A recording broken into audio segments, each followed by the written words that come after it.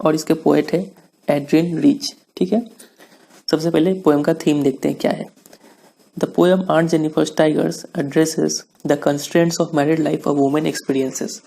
तो ये जो पोएम है आंट जेनिफर्स टाइगर, इसमें बताया गया है कि एक वुमेन जो है वो अपने मैरिड लाइफ में क्या क्या कंस्ट्रेंट एक्सपीरियंस करती है उसका जिक्र किया गया है। कंस्ट्रेंट्स मतलब होता है रेस्ट्रिक्शंस, क्या क्या रेस्ट्रिक्शंस और क्या क्या प्रॉब्लम्स उनको फेस करना पड़ता है एक मैरिड लाइफ में, वो इस पोएम का थीम है। तो आइए शुरू करते हैं इस पोएम को। फर्स्ट लाइन में लिखा हुआ है aunt Jennifer's tiger prance across a screen. तो पोएट बोलते हैं कि आंट जेनिफर जो है वो एम्ब्रॉयडरी का काम कर रही है। एम्ब्रॉयडरी मतलब कढ़ाई कर रही है। ठीक है, पिक्चर में देख पा रहे हैं। और पिक्चर में जो आप देख रहे हैं राउंड स्ट्रक्चर जो है उसमें कपड़ा लगा हुआ है, उस कपड़े को बोलते हैं स्क्रीन। ठीक है, तो उस कपड़े पर क्या बना रही है, टाइगर्स बना रही है।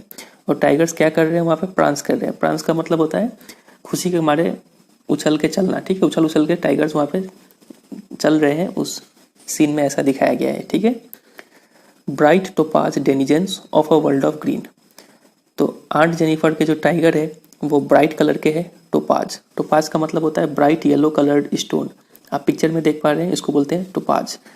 और डेनिजेंस का मतलब होता है, नीचे लिखा हुआ है डेनिजेंस।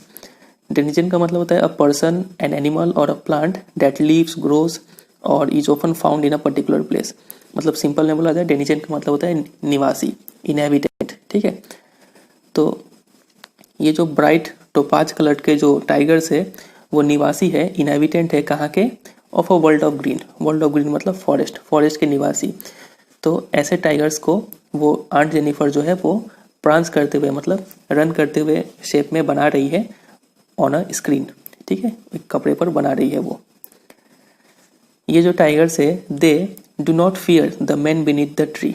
ये टाइगर से उनको डर नहीं लगता है उन लोगों से जो लोग पेड़ों के नीचे बैठे हुए हैं। ठीक है, हो सकता है ये मैन हंटर्स हो, इनका शिकार करने के लिए बैठे हो, लेकिन ये टाइगर्स को उनसे डर नहीं लगता है। तो इसका मतलब ये टाइगर्स क्या है, फियरलेस है, इतना बोल सकते हैं यहाँ पे। फिर आगे देखते हैं they pace in sleek chivalric certainty. ठीक है, तो वो लोग जो है वो उछल रहे हैं, चल रहे हैं, दौड़ रहे हैं इन स्लीक। स्लीक का मतलब होता है, नीचे लिखा गया है, स्लीक का मतलब एलिगेंट, और एलिगेंट का मतलब होता है अट्रैक्टिव। ठीक है, और ऐसे स्मूथ भी होता है। तो वो लोग काफ़ी स्मूथली और काइवलरिक, काइवलरिक का मतलब होता है ब्रेव, प्राउड। ठीक है, फियरलेस मतलब काइवलरिक का मतलब होता है जो पहले जो नाइट्स लोग जो होते थे वो लोग काफ़ी ब्रेव थे, प्राउड थे, करेजियस थे। ठीक है, तो उनकी तरह ये जो टाइगर्स है वो लोग भी काफ़ी फियरलेस है और सर्टेनिटी, सर्टेनिटी मतलब कॉन्फिडेंस, कॉन्फिडेंस के साथ वो लोग चल रहे हैं जंगल में। तो एक बार समराइज करते हैं इस फर्स्ट स्टैंजा को। Aunt Jennifer's tiger prance across a screen.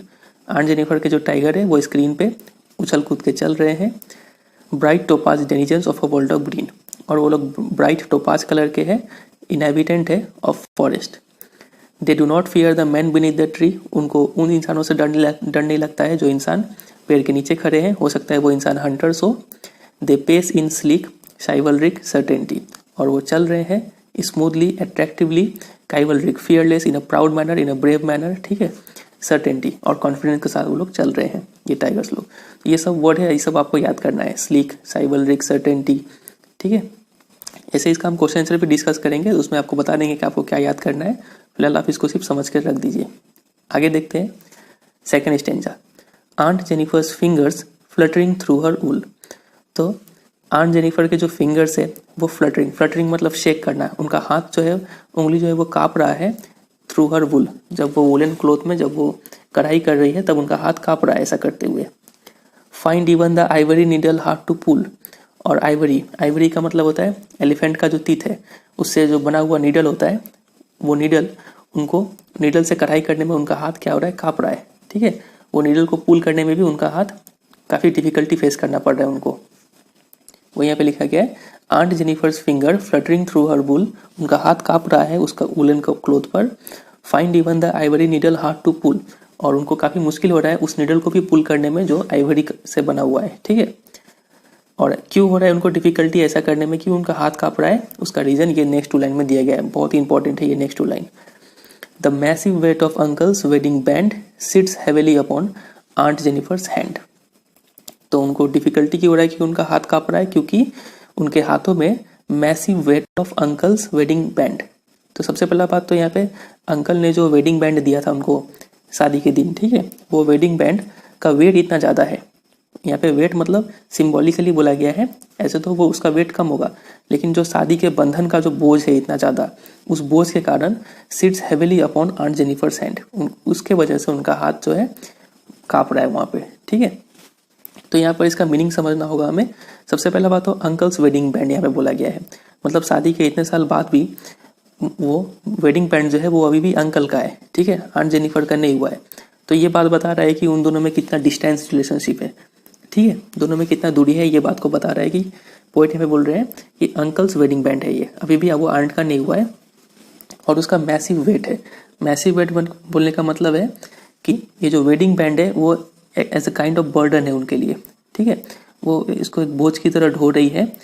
उस आंट को अंकल ने इतना टॉर्चर किया है अपने मैरिड लाइफ में कि जो एक वेडिंग बैंड है वो नॉर्मली एक वुमेन के लिए एज अ गिफ्ट होता है, लेकिन आंट जेनिफर के लिए वही वेडिंग बैंड क्या है, वो एक एज अ बर्डन है, ठीक है। उन्होंने काफ़ी सारा डिफिकल्टीज फेस किया है अपने मैरिड लाइफ में। तो ये है इस 2 लाइन का मतलब। उम्मीद करते हैं आपको क्लियर होगा। तो wedding band as a burden है उनके लिए, वेडिंग बैंड ऑर्डिनरी वुमेन के लिए, नॉर्मली वुमेन के लिए क्या होता है, एज अ गिफ्ट होता है, लेकिन for aunt Jennifer it is like a burden, ठीक है। उन्होंने काफ़ी ज़्यादा डिफिकल्टीज फेस किया है अपने मैरिड लाइफ में, इसलिए वो एक वेडिंग बैंड क्या है, उनका बहुत ज़्यादा मैसिव वेट है, मतलब एक बर्डन है फॉर आंट जेनिफर, और इसीलिए उनका हाथ जो है वो फ्लटर कर रहा है, क्विवर मतलब शेक कर रहा है उनका हाथ जब वो कढ़ाई कर रही है, तो ठीक है, एम्ब्रॉयडरी कर रही है। तो ये था सेकंड स्टैंजा। अब आते हैं थर्ड स्टैंजा पे। और आगे बढ़ने से पहले यहाँ पर एक जो लिखा हुआ था कि ब्राइट टोपाज डेनिजेंस, तो यहाँ पे टाइगर्स को सीधा बोला गया है टोपाज। टोपाज स्टोन होता है, आपको पता है, येलो कलर्ड स्टोन। तो टाइगर्स को सीधा स्टोन बोला गया, तो यहाँ पर और टाइगर्स का कंपैरिजन मतलब किया गया है स्टोन के साथ, टोपाज के साथ, और कंपैरिजन तो किया गया है, लेकिन एज या फिर लाइक ये 2 वर्ड यूज़ नहीं किया गया है। मतलब यहाँ पर जो पोइटिक डिवाइस है उसको हम लोग बोलेंगे मेटाफर। अगर यहाँ पे एज या फिर लाइक लिखा होता तो हम लोग बोलते सिमिली होता पोइटिक डिवाइस, लेकिन फिलहाल टाइगर्स को डायरेक्टली टोपाज बोला गया है, तो यहाँ पर एक ही पोइटिक डिवाइस है, वो है मेटाफर, ये आप याद रखिएगा। अब आगे कंटिन्यू करते हैं थर्ड स्टैंजा पे। व्हेन आंट इज डेड, तो ऐसे तो जब आंट जब जिंदा है तो उनको काफ़ी ज़्यादा प्रॉब्लम फेस करना पड़ा, तो हो सकता है प्रोबेबली ये हो सकता है कि जब आंट मरे तब उनका ये दुख दर्द जो है वो ख़त्म हो जाए। तो देखते हैं कि क्या होता है, कि पोएम में क्या लिखा है वो देखते हैं। व्हेन आंट इज डेड, जब आंट मर जाएंगी, हर टेरिफाइड हैंड्स, उनके जो डरे हुए हाथ है, will lie still ringed with ordeals she was mastered by, उनके जो डरे हुए हाथ है उन पर अभी भी तब भी वो वेडिंग बैंड का रिंग बंधा होगा, with ordeals she was mastered by, और वो जो वेडिंग बैंड है, वो जो रिंग है, वो क्या किस चीज़ का याद दिलाएगा, उन ऑर्डिल्स। ऑर्डिल्स का मतलब होता है अनप्लीजेंट या फिर डिफिकल्ट एक्सपीरियंस। उनका जो भी प्रॉब्लम्स उनको फेस करना पड़ा है, उन सब प्रॉब्लम से वो तब भी घिरी होंगी, ठीक है, जब वो मर जाएंगी तब भी। और वो सब प्रॉब्लम्स उनको मतलब उनके अंकल उसके जो पति थे उनको देते थे, वो सब जो टॉर्चर करते थे उनके पति, हो सकता है वो फिजिकल टॉर्चर हो या फिर इमोशनल टॉर्चर हो, वो सब टॉर्चर, वो सब प्रॉब्लम्स, वो सब तब भी उनके साथ रहेंगे जब वो मर जाएंगी तब भी, ठीक है। तो एक बार फिर से पढ़ते हैं। व्हेन आंट इज डेड, जब आंट मर जाएंगी, her terrified hands will lie still ringed with ordeal she was mastered by, तो जब वो मर जाएंगी तो उनके जो डरे हुए हाथ है उन पर तभी भी वो बैंड बंधा होगा, मतलब तब भी उनके ऊपर वो बर्डन होगा, जो बर्डन से वो उनके पति जो उनको देते थे, ठीक है, जो पनिशमेंट जो टॉर्चर उनके पति उसको देते थे वो तब भी उनके साथ रहेगा जब वो मर जाएंगी तब भी, ठीक है। Tiger in the panel that she made will go on prancing proud and unafraid, तो यहाँ पे जो आंट जेनिफर है वो जब जिंदा है, जब अलाइव है, तब तो उनको काफ़ी ज़्यादा प्रॉब्लम्स का सामना करना ही पड़ रहा है, ठीक है। वो फियरफुल है, डरी हुई है, उनको बहुत ज़्यादा बर्डन कैरी करना पड़ रहा है, ठीक है, डिफिकल्टी फेस करना पड़ रहा है मैरिड लाइफ में। और हम लोग देखेंगे जब वो मर जाएगी तब भी उनको उन सब प्रॉब्लम्स से वो आज़ाद नहीं हो पाएंगी। लेकिन ये जो टाइगर्स है जो उन्होंने अपने स्क्रीन पर बनाया हुआ है, ठीक है, एम्ब्रॉयडरी करके, वो tigers that she made will go on prancing, वो टाइगर जो है वो अभी भी हंसी खुशी उछलेंगे, चलेंगे, प्राउडली चलेंगे, एंड अनअफ्रेड, वो हमेशा फियरलेस रहेंगे, ठीक है, उनको कोई चीज़ का डर नहीं रहेगा। तो यहाँ पे आंट जेनिफर जो है वो टाइगर्स को अपना रोल मॉडल मानती है, ठीक है। कहीं ना कहीं उनको भी मन है कि वो भी इन टाइगर्स की तरह फियरलेसली लाइफ को जिए, प्राउडली लाइफ को जिए, लेकिन वो ऐसा नहीं कर पा रही है, ठीक है। तो अपना अंदर का फीलिंग वो एम्ब्रॉयडरी करके उस स्क्रीन पे निकाल रही है, ठीक है। तो यही है फिर ये पोएम। तो यहाँ पे आंट का कंपैरिजन किया गया है टाइगर्स के साथ। एक तरफ आंट जेनिफर है जो कि है काफ़ी डरी हुई है, काफ़ी प्रॉब्लम में है, काफ़ी मतलब बहुत ही उनका डरा हुआ सा जीवन है, ठीक है। उनके हस्बैंड ने उनको डोमिनेट करके रखा हुआ है, एज अ स्लेव ट्रीट किया है। लेकिन दूसरी तरफ टाइगर्स है, टाइगर्स क्या है, वो खुश है, प्राउड है और अनअफ्रेड है, फियरलेस है, कॉन्फिडेंस से भरे हुए हैं, ठीक है। तो दोनों का कंपैरिजन और कॉन्ट्रास्ट एग्जाम में पूछा जा सकता है। तो इसको हम लोग जब क्वेश्चन से करेंगे तब हम लोग डिस्कस कर लेंगे, ठीक है। तो यही है फिर आज का पोएम। इसी के साथ हम लोग का जो फ्लेमिंगो बुक है वो एंड होता है और सिर्फ एक ही चैप्टर बचा है जो कि ये विस्टास का, वो हम लोग बहुत जल्द खत्म करने वाले हैं। तो इतना ही है, फिर मिलते हैं बहुत जल्द अगले पार्ट के साथ, अगले चैप्टर्स के साथ। तब तक के लिए goodbye and take care.